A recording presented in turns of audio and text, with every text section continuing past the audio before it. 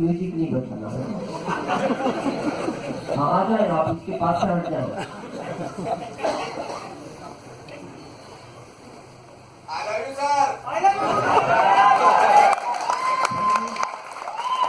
और थोड़ा सा टेंशन फ्री हो क्योंकि डरा दिया गया 3 घंटे। जब तक आप इजाजत देंगे मैं तब तक ही बात करूँ। सुनने में तो अच्छी लगती है, प्रैक्टिकल तो नहीं है। 100 रुपया 100 करोड़ तक कैसे निकल जा सकता है? ये मार्कर है, मार्कर ही बोलते हैं इसको। कितने का है? 20 रुपए का। 50,000 का तो नहीं है, 5 लाख का तो नहीं। कितने का मिलता? बस एक फर्क है। आज जो टिकट आपने पहली बार ली है वो आपको लग रहा है वो 100 की है, वो 100 की है नहीं। ये मार्कर 20 का लगता है, ये है नहीं। इस मार्कर से मैंने 15 साल पहले फिल्म देखा था। ये मार्कर मेरे लिए आज 8 करोड़ 10 लाख का।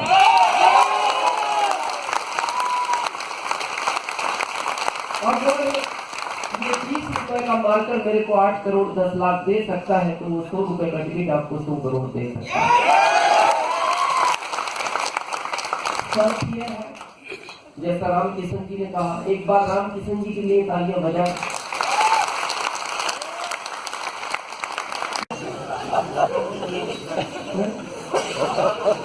और उसको डाउट होता है तो वो कहती है पास वाले से बात करो।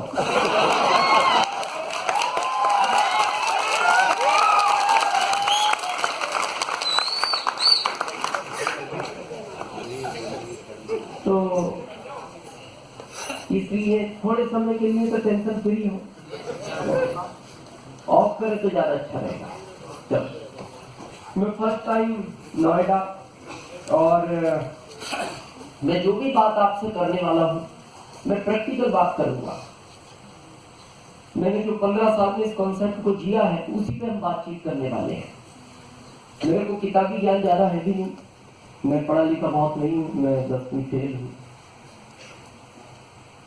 और 10वीं में भी एक बार में मैं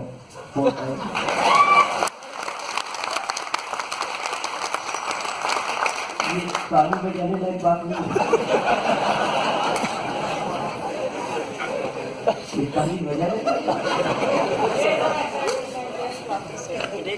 ये मेरे से पूछो उस समय और मेरे पिताजी से पूछो क्या बीती है। लेकिन मैं ये बात आपको इसलिए कह रहा हूं, कई बार हमें लगता है कि हमारे साथ बुरा हो गया, लेकिन फ्यूचर में जाके जब आपको इसका पता लगेगा तो आप कहोगे गॉड ने बहुत अच्छा किया। करंट में बहुत बुरा लगता है, जैसे अभी नहीं लगता आपको? जैसे एग्जाम्पल, किसी अच्छे घर में हमारा जन्म नहीं हुआ, अच्छे परिवार में नहीं हुआ, माता पिता जो हिस्से में आए वो अच्छे नहीं आए, लगता है ना? भाई इसके हाथ में थी ना बात, जो दुनिया गंवा दी, दे तो सब सकता था वो आपको, नहीं किया तो कई बार बुरा तो लगता है। नोएडा में जन्म ना देके गुजरात साइड में क्या फर्क पड़ रहा था? उसको क्या फर्क पड़ रहा था? 7 अरब लोग ही पहुंचा रहे थे ना दुनिया में, कहीं भी पहुंचा सकता था, उसके हाथ की बात थी। भाई यहाँ ना रह के 3 भाई हो जाते, मुकेश, अनिल और आप। अभी 2 है, 3 हो जाते, क्या फर्क पड़ रहा है? उसको क्या फर्क पड़ रहा है? मां तो 10 भी हो जाते, तब भी कोई फर्क नहीं पड़ता। तो कई बार लगता तो है कि उसने बुरा किया है। ये पीछे का असर है, इधर तो देखनी है। अच्छा, ये बोर्ड के चक्कर नहीं, हम जो बोर्ड पे लिखेंगे रिपीट करेंगे। आप अब बैठे रहे, इनको देख के समझ नहीं आ रहा।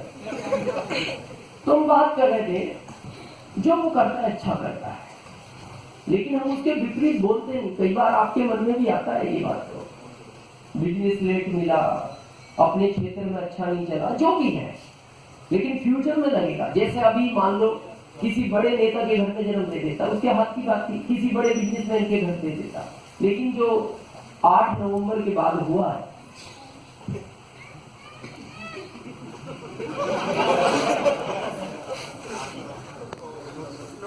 अब लगता होगा बड़े अमीर घर में जन्म नहीं दिया तो अच्छा हुआ। आपको पता है 8 नवंबर के बाद जितने भी अमीर लोग थे अभी तक नहीं सोए। ये तो हिसाब तो अब चालू होगा सरकार की तरफ से, क्योंकि मैं 5 दिन दिल्ली बैठता हूँ सरकार के साथ, मैं मानव अधिकार में प्रदेश अध्यक्ष हूँ। तो अभी तक तो उन्होंने गिना है कितना कितना आया है। अब बुला के पूछेंगे आया कहां से। ये तो काउंटिंग तो अब शुरू होगी, वो लोग सोए नहीं रात से, रात भर अभी तक नहीं सोए। अब आपको अच्छा लगता होगा, अच्छा हुआ उस घर में जन्म नहीं हुआ, कम से कम घोड़े बेच के तो सो रहे।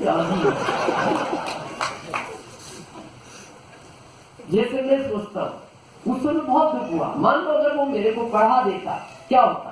पढ़ा लिखा व्यक्ति क्या करता है भारत में? एक अच्छा जॉब, शायद मैं भी जॉब में होता। हो सकता है कि भारत सरकार मेरे को भी करंट में 50-60 हजार पर मंथ सैलरी देती, और शायद उसमें होता तो इस कॉन्सेप्ट में नहीं होता। लेकिन आज अच्छा लगता है उसने नहीं पढ़ाया, उस समय बहुत दुख था, नहीं पढ़ाया तो पता क्या हुआ? जो सरकार मेरे को 50-60 हजार सैलरी दे सकती थी, उस सरकार को मैं पर डे 2000 रुपए टैक्स भरता।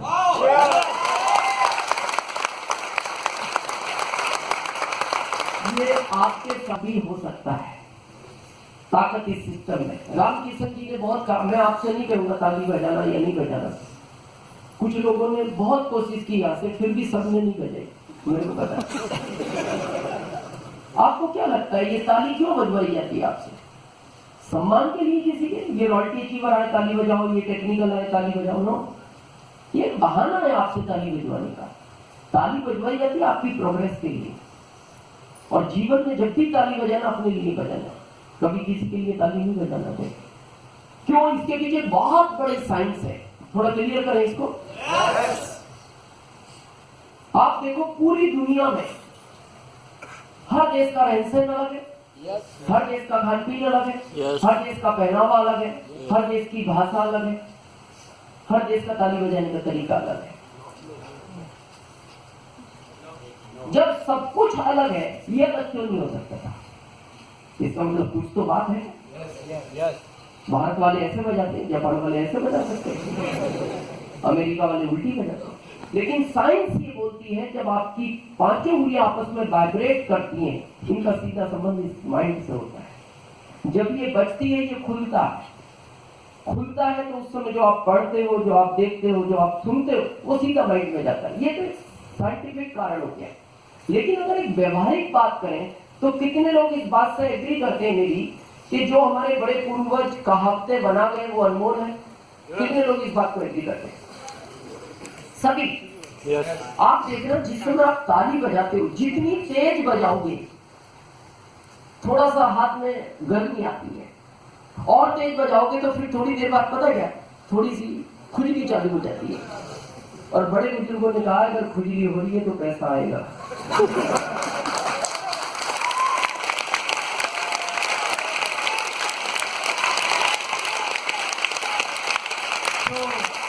तो हमें मतलब इसीलिए आना चाहिए। तो साइंस भी बोलती है ये काम करती है ताली, और बड़े बुजुर्ग भी बोलते हैं ये काम करती है। तो अब मैं नहीं कहूँगा बजाना या नहीं बजाना, इच्छा हो तो बजाना, मैं अब लास्ट तक नहीं बोलूँगा बजाना है। देखिए, मेरा नाम दिनेश चौधरी है और मैं अभी रतलाम से आया हूँ। रहने वाला डिस्ट्रिक्ट मुरादाबाद यूपी का हूँ, लेकिन 95 से मैं जॉब के लिए आया था। एक कृषि उपज मंडी में जॉब करता था मैं 2003 के तक से, नहीं गवर्नमेंट, जैसा रामकिशन जी बता रहे थे। 26 जुलाई 2002 को आप ही की तरह एक ऐसी मीटिंग में मेरे को इन्वाइट किया गया।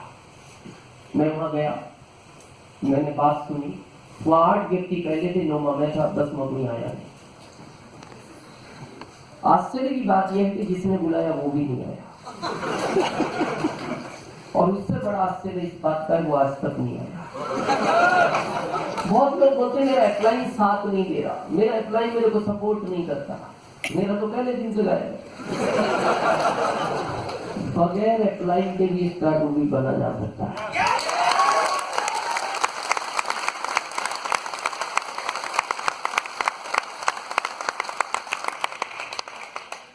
आज बहुत लोग फर्स्ट टाइम आए हैं, पता नहीं कैसे कह के आपको बुलाया गया है, मैं नहीं जानता।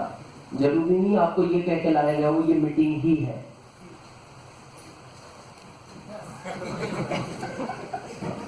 हंसी से पता लग रहा है, मतलब कुछ ना कुछ अलग ही बोलते हैं। बहुत लोग तो ये कहते हैं फिल्म दिखाऊंगा तेरे को, जैसा रावत जी ने बताया, कुछ दोस्ती का वास्ता देते हैं, दोस्ती आज से खत्म नहीं चलता। तो कुछ को जबरदस्ती धक्का दे के लाया गया, लेकिन मैं आपको एक वादा करता हूँ, अगर आपको आज में जबरदस्ती धक्का दे के भी लाया गया है, कई बार धक्का देने का पैसा मिलता है। अब आप सोचोगे धक्का देने का पैसा कहाँ? एक बार क्या हुआ, एक राजा थे, उनकी एक सभा चल रही, बहुत पुरानी बात है। सभा के बीच में अचानक वो खड़े हुए और बोलते हैं, मेरा जो पानी का तालाब है पास में, उसको जो भी व्यक्ति तैर के पार करेगा मैं उसको 10 लाख इनाम दूंगा। पुराना जमाना, 10 लाख आज के 100 करोड़। लोग बड़े एक्साइटेड हो गए, अरे राजा जी ने क्या बात कर दी, तैरने के 10 लाख। तो सबको लगा तैर भी लेंगे और 10 लाख भी लेंगे। अब वो जो भीड़ सभा में थी लाखों की, वो कन्वर्ट हो गई तालाब की साइड। जब लाखों लोग तालाब के पास पहुंचे, उसमें कोई कूदने को तैयार नहीं, क्योंकि उसमें मगरमच्छ तैर रहे थे। और जो 1 महीने से भूखे थे, वो तो मुंह खोले इंतजार कर रहे थे, कुछ आए और खा जाए। अब शर्त क्या थी, पार करो तो 10 लाख। अब वो पार करने दे तो जान सबको क्या, कोई नहीं कूदा। लेकिन उस लाखों की भीड़ में से मेरे जैसा पतला दुबला व्यक्ति कूद गया। अब कूद गया तो हाथ पैर मार के निकल भी गया, क्योंकि हमारे यहाँ कहावत है, मरता क्या नहीं करता। अब वो जैसे जैसे निकल गया, जब वो निकल गया तो वो भीड़ उसके पास पहुंच गई। बोले यार भाई साहब, गजब की हिम्मत है, अच्छे अच्छे पहलवान नहीं कूदे, तुम कूद गए, गजब कर दिया। एक आदमी पीठ थपथपाने लगा, तालियां बजाने लगी। वो एक आके बोलता, भाई साहब क्या गजब है, आज 10 लाख के मालिक बन गए इस जमाने में। एक आदमी बोलता, क्या हिम्मत है। उसने कहा, हिम्मत की बात बाद में करेंगे, पहले ये बताओ तुम में से धक्का किसने दिया।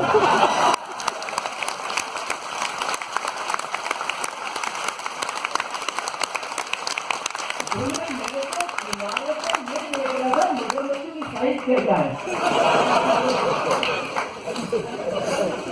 और वो भीड़ थी, और वो पीछे से किसी ने भीड़ में से करके।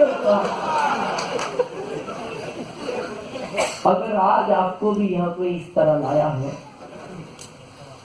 धक्का मारकर, ये मगरमच्छों का तालाब नहीं है। यहाँ लाखों रुपया पर मंथ मिलता है, पर मंथ।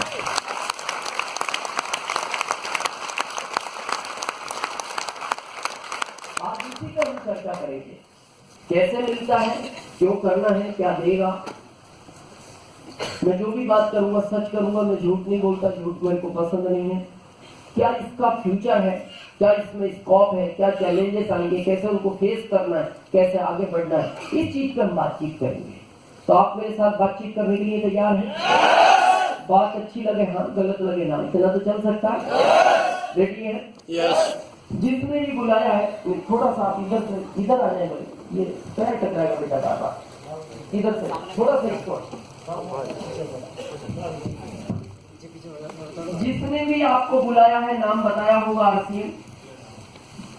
मैं थोड़ा सीनियरों को टेंशन फ्री कर दूं, क्योंकि आप थोड़ा सा टेंशन में रहते हैं इसको लेकर। क्योंकि मैं 5 दिन दिल्ली बैठता हूँ सरकार के साथ, जो गवर्नमेंट की प्लानिंग है फ्यूचर में डीएसएम को लेकर, और जो आरसीएम की प्लानिंग है डीएसएम को लेकर, तो मैं टेंशन इसलिए आपको फ्री करना चाहता हूं कि आपको अब इसको ज्यादा लेके टेंशन लेने की जरूरत नहीं है। बहुत लोगों को लगता है कि ये काम करेगा, जैसा रावत जी बता रहे, लोग देख के भागते हैं। आप किसी को प्लान दिखाओ, वो कहता है मैं 5 दिन बाद मिलता हूँ। फिर वो अगर 5 दिन बाद मिल जाए, फिर वो उस गली में नहीं मिलता। तो मैं एक चीज क्लियर कर दूं आपको आज, जिसको भारत में रहना है उसको आरसीएम में आना पड़ेगा।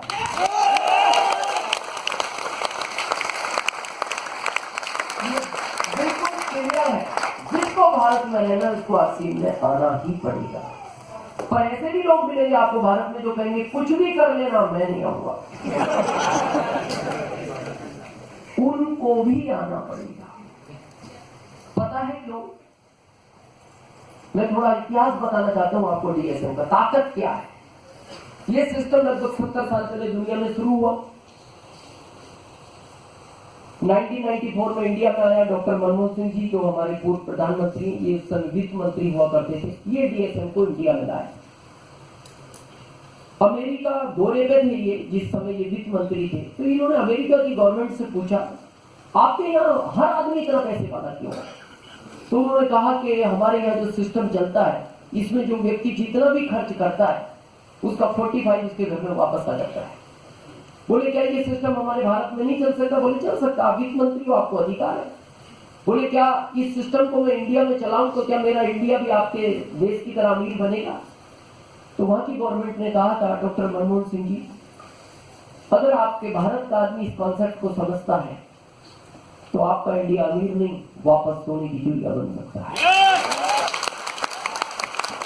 लेकिन प्रश्न ये उठता है, बना क्यों नहीं?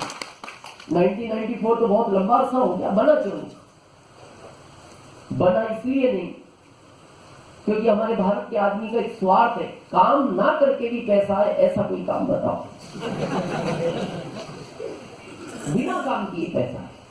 तो लोगों ने आइडिया अपनाए और डीएसएम की साइड में स्कीमों का जन्म होता गया। मैं आपको बताऊं, गवर्नमेंट के पास जो आंकड़ा है ना, आज की तारीख में डीएसएम के नाम पे 32,900 कंपनियां काम करती हैं इंडिया। इतना बड़ा आंकड़ा हो गया है। और इसमें लोगों के साथ गलत हुआ। कोई कंपनी आई, 5 साल में पैसा डबल, 4 में डबल, 3 साल में डबल, 2 साल में डबल, 1 साल में डबल, आखिरी तक तो 1 महीने में डबल और एंड में तो 1 दिन में डबल। सुबह पैसा डालो, शाम को डबल। वो भी आई कंपनी के पास, गवर्नमेंट के पास आंकड़े उन कंपनियों के, वो अभी सब अंदर है, उन्हें डबल टाइम ही अंदर रखा गया कि बोले तुम भी अब डबल ही रहो यहाँ। अगर 25 साल की सजा है तो 50 यही निकालते हैं, डबल है। कारण इनसे गलती पता क्या होगी? 1994 पे ये इसमें कोई कानून नहीं ला पाए। अगर ये कानून ले आते हैं ना, आज भारत का नक्शा चेंज है। गलती इनकी भी नहीं थी। क्यों नहीं लाए कानून? ये भारत के थे, इनको पता है 20-25 साल बगैर कानून की चीज चलती रहती है भारत में, कहाँ इतना प्रॉब्लम है। लेकिन पहली बार 9 सितंबर को करंट की गवर्नमेंट ने इसको कानून दिया इंडिया के अंदर, फर्स्ट टाइम ऐसा हुआ। और जैसे ये कानून आया ना, ये वाला आंकड़ा हट गया उसी 32,000 सब साइड हो गए। अब बचे 900।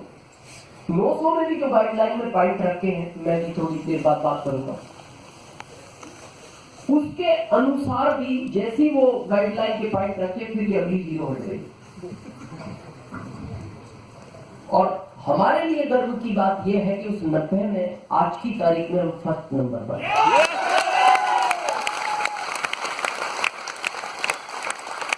तो मैंने जो बात की थी आपसे अभी कि आना पड़ेगा, क्योंकि जो चीज कानून में आ जाती है सरकार की, उसको करना इच्छा नहीं होता, मजबूरी है, करना ही पड़ेगा।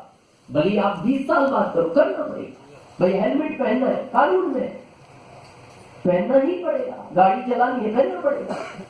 जैसा आपके नोएडा में बात करें, 80% लोग पहनते होंगे, 20 नहीं पहनते। दिल्ली की बात करें, 90 पहनते हैं, 10 नहीं पहनते। बिहार की बात करें, 50-50 नहीं पहनते। लेकिन बॉम्बे की बात करें 100% पहनना पड़ता है। क्यों पहनना पड़ता है बॉम्बे में 100%? वहां सरकार ने गलियों पर भी कैमरे लगा रखे हैं।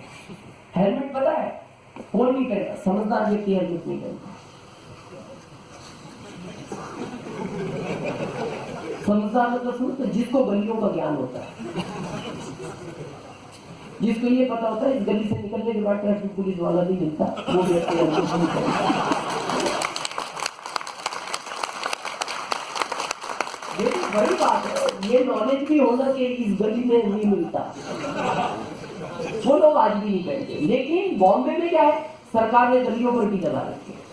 आप समझदार बनके निकल तो सकते हैं गली से, लेकिन 5 दिन बाद आपके घर एक लेटर आता है जिस पे लिखा हुआ आता है गली से निकलने के 500 रुपए जमा कर जाए। क्या लगता है? 2 ही ऑप्शन है इस आदमी के पास, या तो ये हेलमेट पहनना शुरू करे या ये बॉम्बे छोड़े, तीसरा कोई ऑप्शन नहीं है। क्या लगता है ये स्टिक एक दिन पूरे देश में नहीं आई? हो सकता है 10 साल लगे नोएडा में आने में, आएगी तो फिर क्या ऑप्शन है, या तो हेलमेट पहनना शुरू करो या नोएडा छोड़ दो, सिंपल। डीएसएम को जब कानून मिल गया है, हो सकता है 20 साल लगे, 25 साल लगे, 30 साल लगे, क्या होगा 30 साल बाद? या तो आ जाओ या भारत, ऑप्शन दोनों है, या तो इसमें आ जाओ या फिर भारत। तो वो अपने बच्चों से पूछेगा क्या करना चाहिए, बच्चे कहेंगे भारत छोड़कर मैं लेडी कहा जाएगा, इससे तो इसी में आ जाएगा, आना तो पड़ेगा। लेकिन जो आज पहली बार फर्स्ट टाइम आए हैं, मेरा उनसे एक रिक्वेस्ट है, आज ही गए हो और उस गॉड की प्लानिंग की तो अपना नंबर जरूर लगवाना, क्योंकि आज लगवाओगे ये यहाँ लगेगा, कल लगवाओगे ये यहाँ लगेगा, परसों यहाँ, नरसों यहाँ, तरसों यहाँ। इसमें ऐसा कोई सिस्टम नहीं अपन 6 महीने कहीं घूम के आए और आने के बाद बीच में शिफ्ट हो जाए। ये सारे लोग सीनियर जानते हैं, जब से हम गवर्नमेंट के अंडर हुए ना, आपके नाम में भी करप्शन नहीं होने देती गवर्नमेंट। इंटर करते समय ऊपर एक रेड लाइन में लिखा हुआ है नो करप्शन, सोच समझ के इंटर करें। जब आपका नाम करप्शन नहीं करने देती, आपको बीच में फिट कर देगी। आज यहाँ कल परसों नरसों तरसों और परसों बाद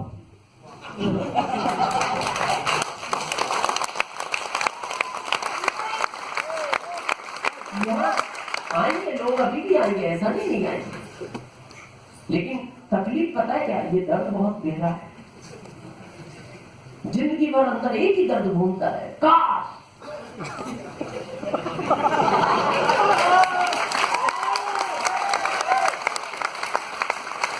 मेरे को बहुत लोग पता है बात पूछते हैं, सर गजब किया आपने, 10वीं फेल 8 करोड़ 10 लाख। मैंने कहा तेरे को पता नहीं नंबर 15 साल पुराना है भाई। ये नंबर कब का है, जब इसके बारे में कोई सुनने को तैयार नहीं करा। मैं आपसे ये रिक्वेस्ट करता हूँ, ये दर्द आप मत पाल देना, बहुत तकलीफ देता है ये बात, और ये होता है, बस दर्द यही है, बस का ये वाला लगाना तो पड़ेगा। यहां से इस सिस्टम की शुरुआत होती है। अब प्रश्न ये आता है, जो हम कर रहे हैं वो भी तो अच्छा है, फिर इसको करने की क्या जरूरत है? मैं थोड़ा आपको क्लियर करना चाहता हूँ। व्यक्ति क्या करता है, पैसा कमाना हर व्यक्ति चाहता है। yes. पैसे के लिए 2 चीज करता है, या तो वो जॉब करता है या फिर वो बिजनेस करता है। ऐसा कोई व्यक्ति मिला जो आपको ये बोलता है पैसा सब कुछ नहीं है?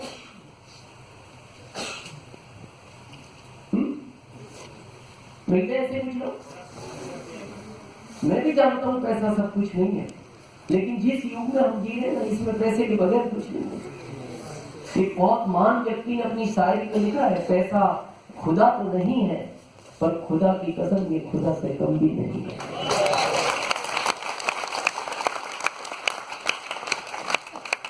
जब मैं देखता हूँ आप किसी बड़े जॉब वाले से मिलते हो, जब किसी बड़े बिजनेसमैन से मिलते हो, तो वो क्या कर रहे हैं, बहुत है मेरे पास, बहुत है, अब क्या करूंगा इसका? क्या लगता है बहुत है उसके पास? इसका मतलब मुकेश अंबानी पागल है? वो रोज नया कुछ करना चाहता है। एक तो पागल है, ये फैक्ट है। एक तो फाइनल पागल है, चाहे वो मुकेश अंबानी भी हो सकता है। ये पता है क्या, ये मन को समझाना है। जब आदमी के पास दूसरा ऑप्शन नहीं होता ना, तो वो मन को समझा ही देता है कि संतुष्ट हूं। जिंदगी में आज तक कोई संतुष्ट नहीं हुआ। पहली बार जब मैं आरसी में ज्वाइन हुआ 2002 में, तो उसके 6 महीने बाद हमारे पास में गांव है रतलाम के, तो एक व्यक्ति आके मेरे को बोलता है, डिस्ट्रीब्यूटर सर, उस गांव में एक पाटीदार जी रहते, बहुत बड़ा सर्कल, अगर एक बार आप मिल लोगे ना तो अपना बिजनेस का सर्कल बहुत बड़ा हो जाएगा। हम गए, मिले उनसे, नरसिंह नाम उनका, नरसिंह पाटीदार जी बोलते थे उनको। जब हमने उनको पिला दिया, पता क्या बोलते, मैं संतुष्ट हूं। क्यों? 200 बीघा जमीन है। क्या हुआ? बस मैं शुरू से इतने भी संतुष्ट हूं। मेरे दादाजी इतनी छोड़ के गए थे, ना मैंने बढ़ाई ना घटाई। कारण बोले एक बार में जो मेरे को मिल जाता है मैं उसी में संतुष्ट हो जाता हूं। मैंने कहा ऐसा नहीं होता। बोले मैं हूं ना। मैंने कहा आप कहां तक पढ़े? बोले मैं 12वीं तक पढ़ा। मैंने कहा आप पहली कक्षा के बाद संतुष्ट क्यों नहीं हुए? क्यों गए माता? मैंने कहा आपके बच्चे कितने हैं? बोले 4।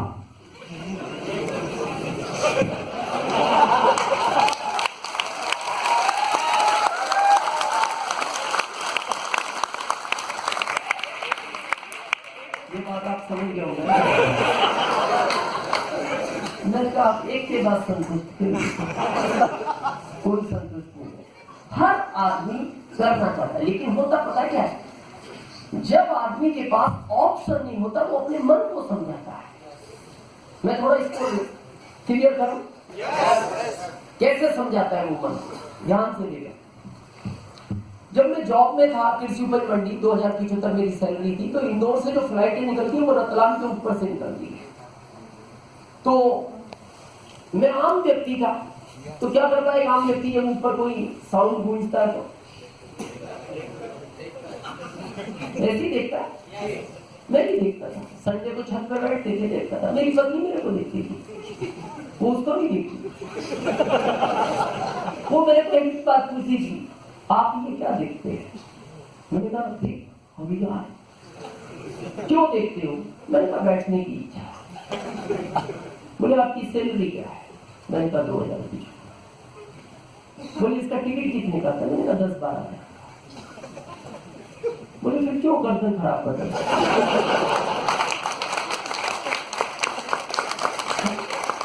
सैलरी 2000 है, टिकट 12,000 का है, और कह रहे हो बैठने की इच्छा। क्यों? ये गर्दन टेढ़ी हो जाएगी। और लास्ट में पता नहीं कहता, अगर इसी देखते रहना फिर एक दिन हमें नहीं देख पाओ। ऐसी हो जाएगी ना, यही देखते रहते। अब देखना दिल में क्या था, बैठना। अब मैं आपको बताता हूँ आदमी कैसे मन को समझाता है। उस समय मेरे पास एक टीवीएस टेम्पो हुआ करती थी, you know TVS tempo, no kick, no gear, no clutch, वो टोटल एक्सीलेटर पे आधारित होती है। उसको कोई दूर से उसका मौसम बनाना पड़ता है, उसको बोलते हैं टीवीएस चेयर। कभी आप मेरे पास हुआ करती, मैं उसको 15 दिन में एक बार निकाला करता था। अब मेरी इच्छा क्या थी, उसमें बैठना। अब मैं आपको बताऊं आदमी मन को कैसे समझे। आप कभी उस टीवीएस चैनल को अभी कैसे मिलती नहीं, कभी दिखाई दे तो उसको ध्यान से देखना। उसका फुल एक्सीलेटर हो और उसका साइलेंसर कहीं से लीकेज हो, तो उसका साउंड और उसका साउंड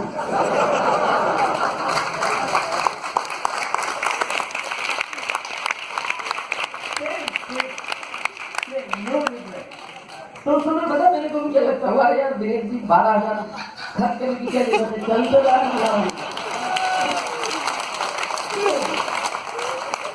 ये ऐसे समझाता है आदमी को। अभी किसी से पूछो, ये तो आरसीएम की देन है कि सबको छुयो आसमान में बैठा दिया बॉम्बे तक। अभी आप एक आम व्यक्ति को बाहर जाकर पूछो हवाई जहाज में बैठने की इच्छा है, ये नहीं कहेगा पैसे नहीं है, पता क्या कहेगा, रिस्क कौन है। पुलिस में चांस ही नहीं है कुछ हो जाए तो। अब ये नहीं कह रहा, देखिए मन को समझाना हर आदमी की इच्छा है। तो मैं जो आपको कहना चाह रहा हूं, फ्यूचर क्या है थोड़ा मैं क्लियर करता हूं आपको। इन चीजों पे आदमी को काम करना चाहिए जिनमें फ्यूचर में स्कोप है, उन्हीं पे काम करना चाहिए। लेकिन वो स्कोप वाली चीज आज दिखती नहीं। प्रॉब्लम ये है, मैं थोड़ा इस पिक्चर को आपको क्लियर करना चाहता हूं, ध्यान से सुनना। आज के 30 साल पहले बॉम्बे में पत्रकारों को बड़े बिजनेसमैन को इकट्ठा किया गया। वहां एक प्रोग्राम मैनेज किया गया और कहा गया हम आपको भारत में फ्यूचर दिखाएंगे, आने वाले समय में फ्यूचर में पैसा कहां है। अनिल कपूर, माधुरी दीक्षित, एक ऑडिटोरियम था, ऊपर से लिफ्ट से उतरे, एक बॉक्स था पैक, उसको ओपन किया गया और उसमें से एक पानी की बोतल निकाली गई। बोले ये भारत का फ्यूचर है। क्या लगता है, लोग हंसे, पत्रकार हंसे, बिजनेसमैन हंसे, बोले पागल हो, पानी मिलेगा भारत में? 30 साल पहली बात है। बोले पता है तुम्हें कितनी नदियां बहती है भारत में? जिस मकान में आदमी रहता है उसके घर के नीचे से नाला निकलता है, बटन दबाओ 1 मिनट में 10 बाल्टी मोटर पानी भरती है। पागल हो गए भाई? प्लीज मोबाइल फोन भाई ऑफ करो यार, फिर लोग इसमें प्रश्न पूछेंगे क्या बताओगे? ये तो प्रॉब्लम होती है, मैं आपको बताऊंगा प्रॉब्लम ही है। ज्यादातर देखना प्रॉब्लम पता क्या होती है, बाहर निकलते आदमी ज्यादातर ये पूछता है काम बहुत अच्छा था, बस ये बताओ करना क्या है।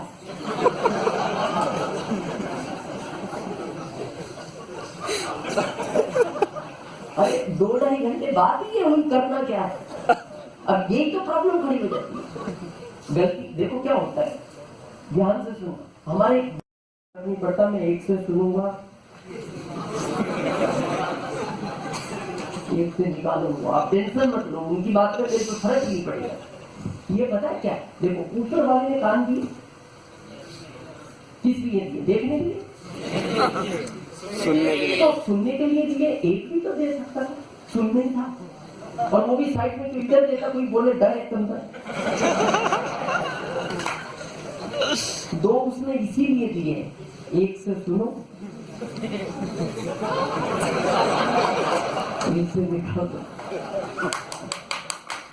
मैं बताऊं आपको 2 क्यों दिए? उसने माइंड को सेंटर में बनाया, दोनों कानों के सेंटर में बिल्कुल बैठ गए। वो कहता है दोनों से सुनो, माइंड तक जाने दो, अच्छा लगता है तो एक्सेप्ट करो, नहीं लगता दोनों से बाहर निकाल दो। अब ये जो प्रॉब्लम होती है, बाहर जाके जो पूछते हैं सर करना क्या है, ये यही है। इसने इधर से सुना, फिर बात जैसे फोन आया, फिर इधर से सुना, वो दोनों आपस में टकरा गए, ऊपर तक टच ही नहीं हुई, इसने इसको बाहर निकाल दिया। तो कभी भी मीटिंग किसी की भी हो, मेरा ये कहना है, देखो या तो मीटिंग किसी का सुनना नहीं, सुनना तो पूरा सुनना। देखो चावल खाना है, चावल क्या प्रोसीजर है, गैस पे कुकर रखो, चावल डालो, 4 सीटी पकाओ और खा लो। लेकिन आप 1 सीटी के बाद बंद कर दोगे गैस तो क्या होगा? खाने के काम का, फिर बाद में पकाने का काम का।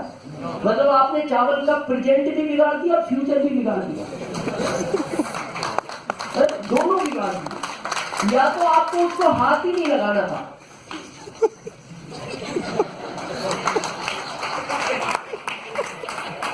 या तो आपको उसको हाथ ही नहीं लगाना था।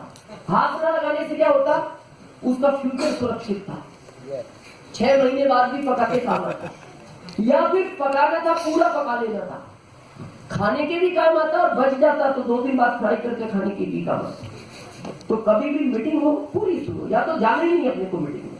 प्रॉब्लम पता है या वही होती है, बीच में जैसे टाइम क्या था रामकिशन जी 10:30, मैं 4:30 बजे पहुंच गया था इसलिए दिल्ली, मैंने कहा टाइम पे पहुंचे, लेकिन लोग लेट तक दिया, फिर वही प्रॉब्लम होती है। देखो इस सिस्टम का बहुत ध्यान से सुनना, अगर जिंदगी में एक अच्छा टीचर बनना है तो सबसे पहले एक अच्छा स्टूडेंट बनना पड़ेगा, अच्छा वक्ता बनना है तो अच्छा श्रोता बनना पड़ेगा। लेकिन आप अच्छे स्टूडेंट नहीं बने तो अजीबोगरीब टीचर बन जाओगे। यू नो अजीबोगरीब टीचर, यू नो अजीबोगरीब टीचर बताओ। एक लड़का था इसी तरह का, वो क्या करता था, मीटिंग में लेट पहुंचता था क्लास में और पहले बाहर आता था। उसने कभी भी टीचर की बात को ध्यान से सुना ही नहीं, कभी नहीं सुना। तो अब उसको नॉलेज तो था नहीं, क्योंकि जो टीचर ने बताया वो तो उसने कभी सुना नहीं। लेकिन वही लड़का एक दिन योग से टीचर बन गया, क्योंकि भारत में ले लेके सब कुछ संभव है। अब उसको नॉलेज नहीं था। पहले दिन क्लास में आया, सारे बच्चे बैठे हुए थे। बच्चों को बोलता, बच्चों एक प्रश्न का उत्तर दो। बच्चों ने कहा पूछिए सर। बोले एक ट्रेन उत्तर से दक्षिण की दिशा में जाती है, मेरी उम्र कितनी है? बच्चे टेंशन में आ गए, वो तो अजीबोगरीब था ना टीचर, नॉलेज तो था नहीं। लेकिन एक लड़का बहुत इंटेलिजेंट था, रामकिशन जी की तरह। उन्होंने हाथ खड़ा किया, बोले सर मैं बता सकता हूँ आपकी उम्र। बोले बताओ। बोले आप 40 साल के हो। टीचर बड़े खुश हुए, बोले वेरी गुड यार, बेटा बहुत इंटेलिजेंट हो। तुम्हें कैसे पता लगा मैं 40 साल का ही हूँ? उस लड़के ने कहा सर मेरा एक दोस्त है, उसकी उम्र 20 साल है, वो आधा पागल है।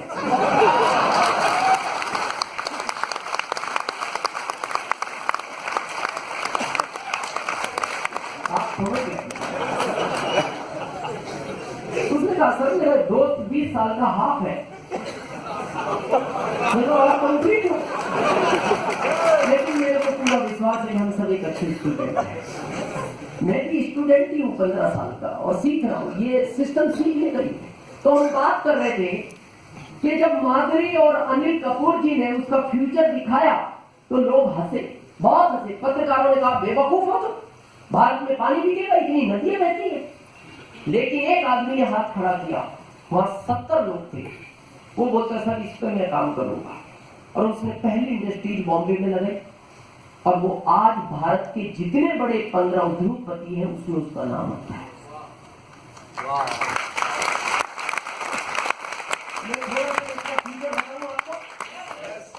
हमारे यहाँ एक डायमंड की पिन होती है, क्या इनकम है? टीडीएस काट के कम से कम 25 लाख पर मंथ, 25 लाख। सबका सपना ही होता है, मैं भी उसी रेस में दौड़ रहा हूँ, आप भी सब उसी रेस में दौड़ रहे हैं कि डायमंड की पिन लेनी है। और मैं बताऊंगा कैसे मिली, कितने साल में मिली है हमारे यहाँ? 17 साल में। हमारे कॉन्सेप्ट को इंडिया में 17 साल हो गए। ये कॉन्सेप्ट कब शुरू हुए दुनिया में? 70 साल पहले। तो अगर 17 साल में 25 लाख, तो अगर अपन इसको 70 साल पहले देखें तो कितनी इनकम होनी चाहिए उस आदमी की जो फर्स्ट टाइम डीएसएन में जुड़ा होगा? 1.25 करोड़, 1.25 करोड़ पर मंथ। पता है आपने कैलकुलेशन क्यों लगाई है? आपने अपने जॉब और बिजनेस के हिसाब से लगाई है, क्योंकि ये प्लस में पैसा देते हैं, ये सिस्टम मल्टीपल में पैसा देता है। आपने कैसे लगाया? 17 साल में 25 लाख, 34 साल में 50 लाख, 51 में 75, 68 में 1 करोड़, 85 में 1.25 करोड़। ऐसे लगाया। मैं अब उसकी मार्च महीने का स्टेटमेंट बता रहा हूँ उस आदमी का, पैरों के नीचे से जमीन खिसक जाएगी आपकी। मार्च महीने में जो व्यक्ति 70 साल पहले डीएसएन में जुड़ा था, उसका मैंने स्टेटमेंट देखा मार्च महीने का। उसकी एक महीने की इनकम बताऊं टीडीएस काट के, अगर इंडिया करेंसी से उसको चेंज करते हैं तो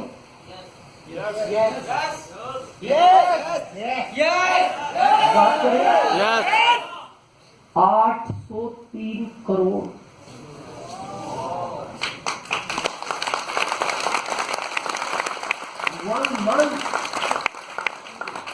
वन मंथ 803 करोड़ की इनकम थी उसकी मार्च महीने की। किसकी? जो 70 साल पहले जुड़ा था। मान लो टारगेट मंथ था फरवरी की, बताऊं उसकी 785 करोड़। 70 साल से ले रहा है, 200 बीघे में घर है उसका।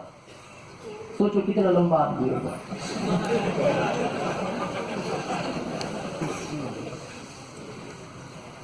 लंबा नहीं, बड़ा तो है। 4 लोगों की फैमिली है उसकी, 2 बच्चे हैं और पति पत्नी।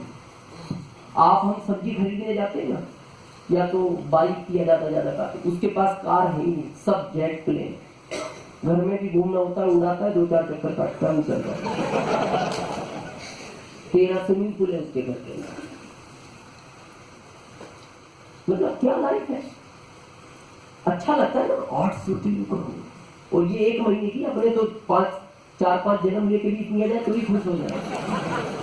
उसकी 1 महीने की है, अच्छी लगती है। आज आपको भी लग रही है, आपको तो 1-1.25 करोड़ ही आने लगा आरसीएम में, आप तो उसी में खुश हो जाओ। लेकिन ये आपको अच्छी लग रही है, उसको भी अच्छी लगती है, लेकिन उसको क्यों आ रही है पता है?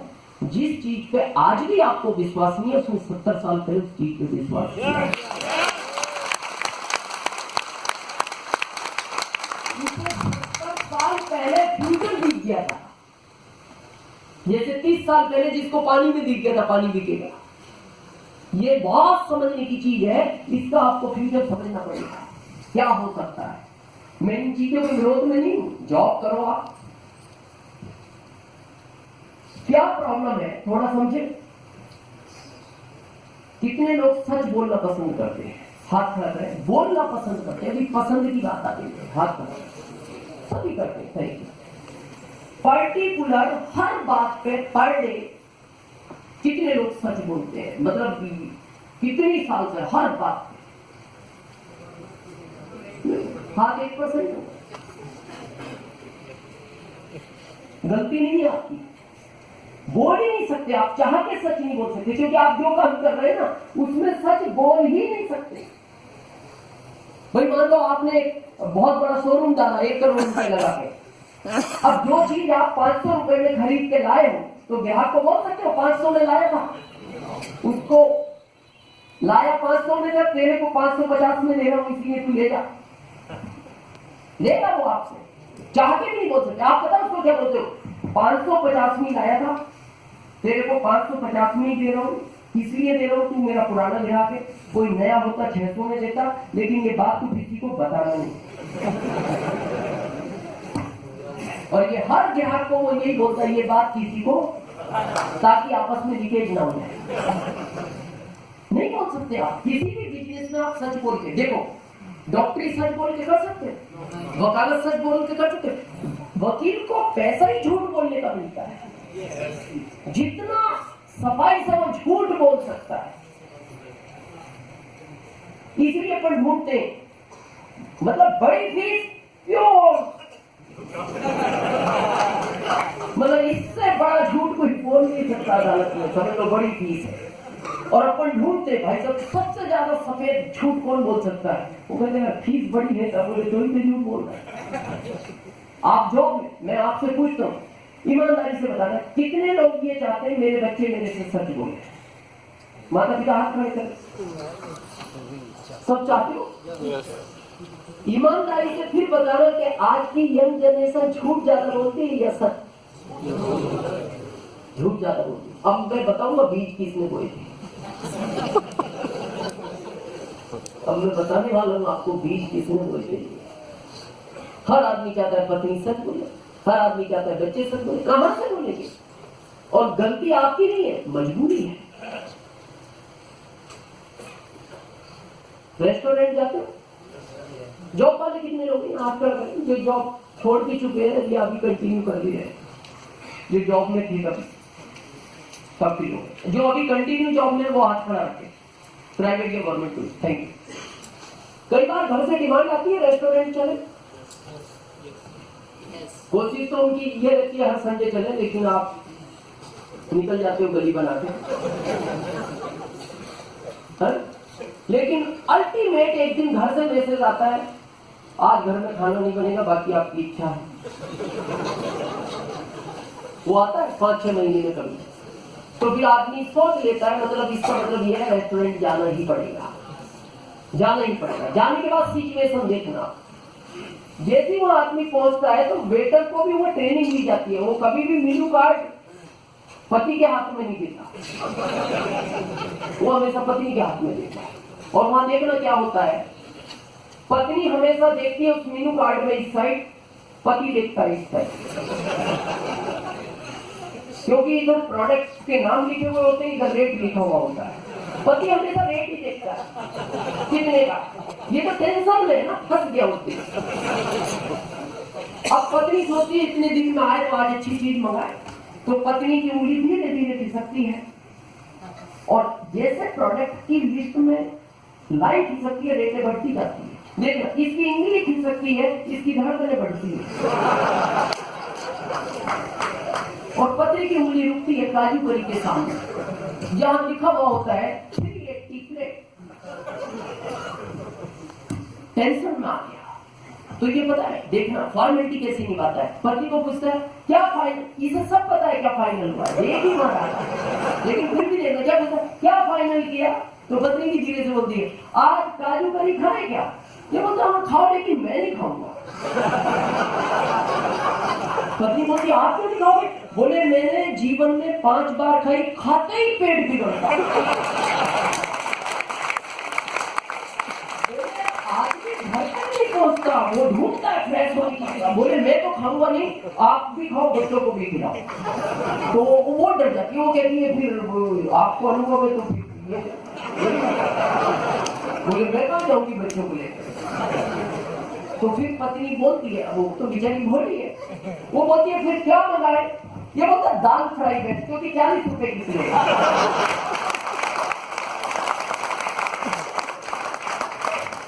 इसीलिए आप देखना पुराने टाइम पे भी जॉब वाला व्यक्ति था, वैसे वो पर्स को ओपन रखता नहीं था, पहले भोले वाले लोग रख देते थे। तो जो समझदार पत्नी होती थी उसमें से कुछ निकाल लेती थी इमरजेंसी के लिए, जिसको हम अपनी लैंग्वेज में बोलते चोरी। चोरी नहीं की उसने, इमरजेंसी। जैसे अब यहाँ आ गया मैं ऐसी जगह, आपके पीछे बच्चे कह रहे रेस्टोरेंट में, ये पता है पोल 8 नवंबर को खुली।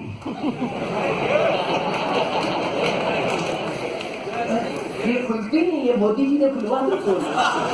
आपको सुन के आश्चर्य होगा, मतलब एक मेरे टेक्निकल अचीवर है पाल, उदयपुर के पास एक छोटा सा गांव है गोमुदा, उनकी पत्नी इतनी सीधी है, मतलब उसे वो गाय बोलते हैं लोग गांव में भी। उसके पास पता है 2,20,000 500,000 के नोट निकले। मैंने भवानी शंकर जी को पूछा, मैंने कहा पैसे वैसे निकले। बोले सर पत्नी ने तो कमाल ही कर लिया। बोले हम सबके पास निकले 75,000, इस अकेली के पास 2,20,000 बीज किसने बोई थी, क्यों जरूरत पड़ी इसको अलग से पैसा इकट्ठा करने की। ये बीज आपकी गलती नहीं है, मजबूरी। अब जैसे देखो बच्चा आपके साथ जा रहा है मोटरसाइकिल पे और आप उसको कपड़े दिलाने जा रहे हो और वो कई दिन से आपको खिलौना मांग रहा है, कह रहा है पापा। फिर भी उसने वो दुकान देख ली जहां वो खिलौना था, उसने फिर कहा पापा मैं प्लीज रिक्वेस्ट करता हूँ मेरे को कपड़े 3 महीने बाद दिला देना, महंगे ना सस्ते दिला दो पापा प्लीज। फिर आदमी थोड़ा सा भावनात्मक होकर रुक जाता है। देखना बाइक कैसे जा रही है, दुकान इस साइड है, तो किधर जाना चाहिए, वैसे इधर ही जाना चाहिए ना, दुकान की जाना है। देखना व्यक्ति इस साइड उतरता है और यहाँ बाइक खड़ी करके बच्चे को कहता है बेटा तुम खड़े हो मैं लेके आता हूँ, और रोड क्रॉस मत करना, बहुत चलती है रोड। क्यों? ताकि वो ये चाहता है कि मेरी और दुकानदार की बात न सुने। फिर जाने के बाद जो दुकानदार से पूछता है उसका पिता बच्चे का, कितने का है ये खिलौना। दुकानदार बोलता है ये खिलौना 5,000 का है। टेंशन आ गया, 5,000 का एक खिलौना बच्चे को नहीं खिला सकता। अब इसको पीछा भी छुड़ाना दुकानदार से, क्योंकि इंसल्ट हो जाए अगर ये कहे महंगा है, क्योंकि बच्चे को तो चाहिए ही वो। तो ये दुकानदार को पूछता है सबसे महंगा खिलौना तुम्हारे यहाँ कौन सा है। वो कहता है सर यही है। बोले ये नहीं, मेरे को 25,000 वाला चाहिए, मेरे बच्चा इतने में नहीं मांगता। अब ये दुकान से फ्री हो गया। अब जैसे ये दुकान से उतरा बच्चे का चेहरा लटक गया, वो तो खड़ा हुआ देख रहा था ना ये सारी एक्टिविटी, उसका तो चेहरा ही उतर गया कि पापा खिलौना लाए नहीं। वो एकदम आंखों में उसके पानी आ गया और आके बोलता पापा खिलौना नहीं लाया। बेटा नहीं, मैं लाने वाला था, लेकिन जिस खिलौने का तू कह रहा है दुकानदार ने कहा ये खिलौना मजबूत नहीं, ये 3 दिन में टूट जाएगा। अगर तू कहता है मजबूत खिलौना चाहिए तो 2-3 महीने चले, और तू कहे तो मैं यही ले आऊं। वो कहता नहीं पापा वो 3 दिन बाद आएगी, 3 दिन में टूटे अच्छा चाहिए मजबूत। वो कहाँ मिलेगा बेटा, वो अगले चौक पे मिलता है।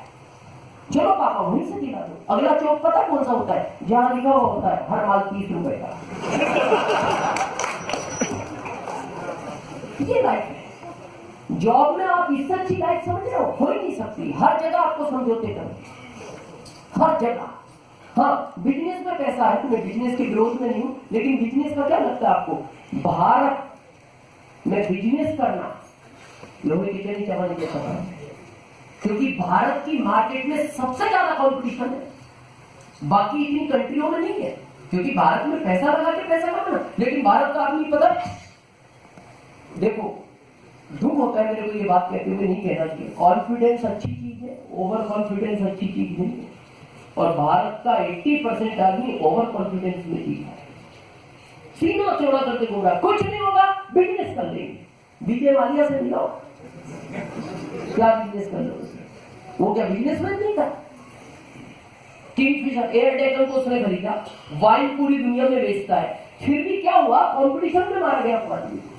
आपको लगता है उसको दिमाग नहीं होगा, नोकिया से मिलो, कंपटीशन में नहीं बदल पाया अपने आप को टाइम के साथ। एचएम की घड़ी से मिलो, सब लोग खत्म हो गए। लेकिन जिस कॉन्सेप्ट की मैं बात करना आया हूं, DSM, इसके अंदर इन्वेस्टमेंट आपका नहीं है, कंपनी का है। यहां पता है, यहां आदमी को डाउट क्यों होता है। देखो DSM में 2 चीज बहुत ध्यान से समझना, ये पूरी दुनिया से अपोजिट कॉन्सेप्ट है। क्या है पहला, इस सिस्टम का पहला सूत्र है कर भला तो हो भला। अब सामने वाले को डाउट क्यों नहीं होगा, उसका सगा भाई उसका भला नहीं करता, आप भला करने जा रहे हो तो टेंशन नहीं देखता यार, मेरा सगा भाई मेरा अच्छा नहीं सोचता, ये अच्छा सोच रहा है, ये गड़बड़ है दुनिया में। क्योंकि इसमें पहला सूत्र ये है कर भला तो हो भला। तू कहता है यार मेरे बच्चे मेरा भला नहीं सोचते, और ये अनजान आदमी कह रहा है मैं तुम्हें ऊंचाइयों में ले जाऊंगा, तो वो डाउट से देखता है, इसीलिए तो वो कई बार आपको बुलाता है, समझता है। सेकंड चीज क्या है, इसके अंदर आदमी को जब आप बात करते हो बहुत पैसा है और वो पूछता है लगाना क्या है, आप कहते हो कुछ नहीं, तो वो टेंशन में जाता है। क्योंकि बिजनेस का नियम क्या है भारत में, आदमी क्या सोच में क्या, 5 लाख घर के, 5 लाख बैंक के, 5 लाख दोस्तों के, 5 लाख ससुराल के, जब तक 20 लाख लगे ना हो, साथ में 1-2 लाख का नुकसान ना हो, वो कोई बिजनेस है। टेंशन है, यहाँ पैसा लगा है, और यह 10-20 लाख नहीं, 10-20 करोड़ नहीं, 10-20 अरब नहीं, कई हजार करोड़ लगा है। लेकिन यहाँ शर्त क्या है, पैसा कंपनी का है, आपको काम करना है, आपको काम करना है। तो मैं पूछता हूँ, यहाँ तो पैसा लगा के काम करना है, यहाँ पैसा किसी और का काम करने में क्या प्रॉब्लम है। और ये काम पूरी लाइफ करना पड़ेगा, ये काम पूरी लाइफ करने का नहीं है। इसीलिए इस सिस्टम को कहा जाता है, ये सिस्टम जो है ना स्मार्ट वर्क है। और भारत का व्यक्ति हार्ड वर्क के प्रति इतना अंदर तक चला गया तो उसको हार्ड वर्क ही अच्छा लगता है। और ये क्या है, स्मार्ट वर्क। अच्छे कपड़े पहनो, अच्छी बातें करो। कितने लोग मानते हैं RCM आसान है? अच्छा, कितने लोग ये मानते हैं थोड़ा सा मुश्किल भी है? वो हाथ खड़ा करें। काफी लोग। मैं दोनों चीज बताऊं, आसान क्या है, अच्छे कपड़े पहनो, लोगों को समझाओ। मुश्किल क्या है, भारत के आदमी को समझाना। भारत के आदमी को समझाना और मेहनत को तोड़ना, ये बराबर काम है, ये नहीं समझता। इसलिए मैं कह रहा हूं, आज पता है, क्योंकि लोगों को क्या विश्वास है, मेहनत करो पैसा आएगा। आज बड़े बुजुर्गों से मिलो, क्या बोलते हैं, आप कहते हो कपड़ा पहनो, मसाले खाओ, अमीर बन जाओ, क्या बोलते हैं, पागल है, मेहनत कर, मेहनत। कितने लोग इस बात से एग्री कि मेहनत से पैसा आता है? हाथ खड़ा करें एक बार। बाकी क्या सोचते, बगैर मेहनत किया। काफी लोग एग्री है मेहनत से पैसा आता है, लेकिन आज मैं एक पिक्चर क्लियर करना चाहता हूं। मेहनत से पैसा नहीं आता। मेहनत से पैसा आता तो इस हिंदुस्तान का पहला करोड़पति मजदूर होता।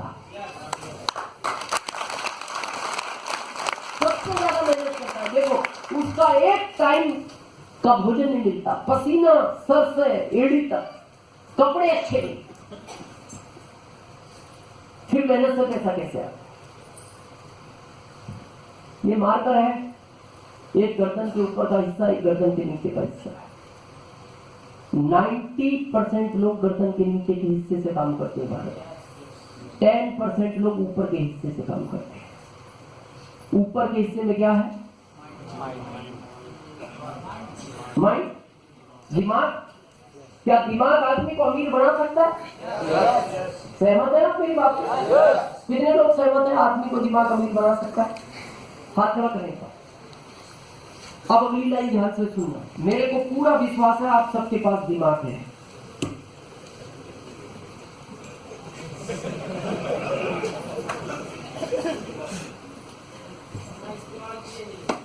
इस्तेमाल करो ना, किसने मना किया? करो, रोज करो, कर ही रहे हो इतने साल से। दिमाग वाले लोग भारत में फैक्ट्री है, जिस गली में जाओ लोग पता क्या बोलते हैं? हाँ, दिमाग तो उसने इतना दिया कि मैं सोच भी नहीं सकता।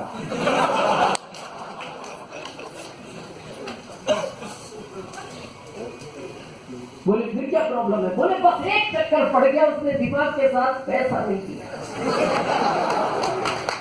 दिमाग बहुत दिया, अगर वो पैसा भी दे देता ना, इस नोएडा को मैं दिल्ली बना देता।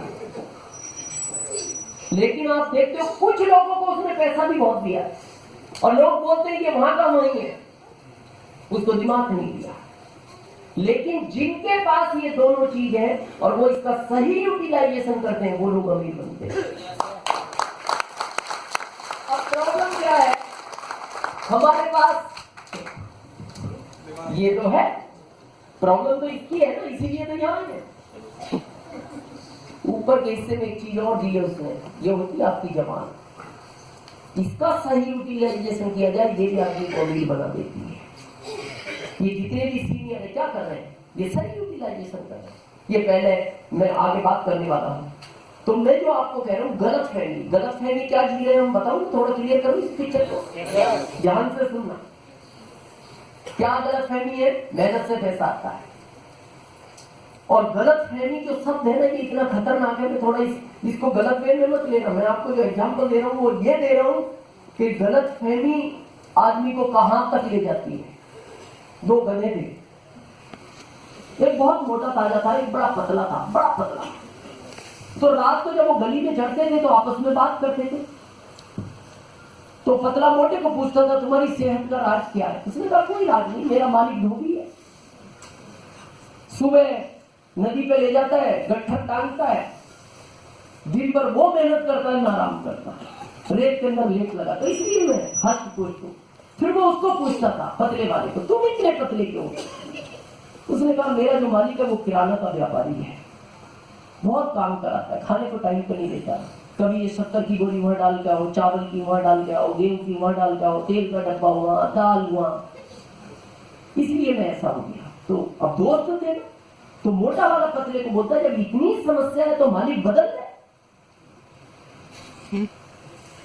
उसने कहा बदलने को तो मैं 20 साल पहले बदल देता, 20 साल से इसलिए यही है। बोले फिर क्यों नहीं बदल रहा? बोले मैं इसलिए नहीं बदल रहा, मेरा जो मालिक है ना, उसकी एक 22 साल की बहुत सुंदर लड़की है। जब भी वो कोई गलती करती है तो मेरा मालिक बोलता है अगर तूने अगली बार गलती की तो मैं तेरी शादी इस गली से कर दूंगा।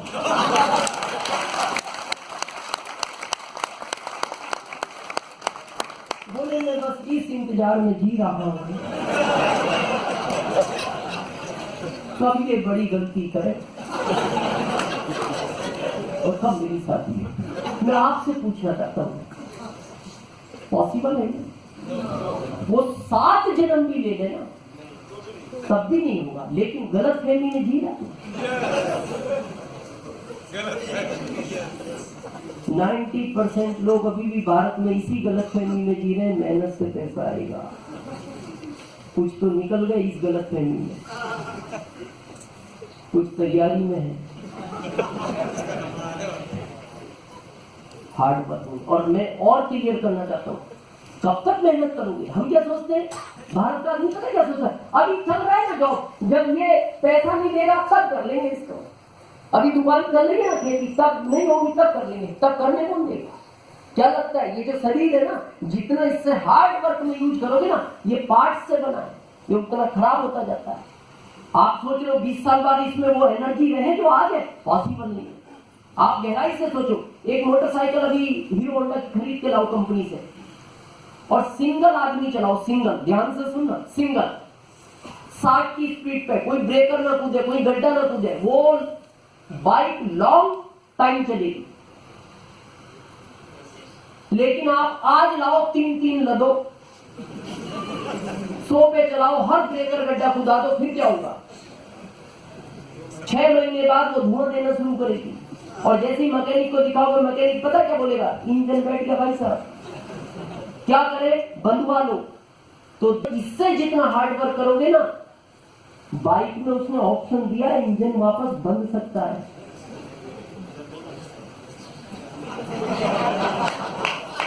बाइक में उसने ऑप्शन दिया है कि इंजन वापस, इसमें कोई ऑप्शन ही नहीं है, ये आखिरी में धुआं ही देता है। ये तो 4 लोग आते हैं, ले जाते हैं, बोले क्या हुआ, बस निकल गया धुआं।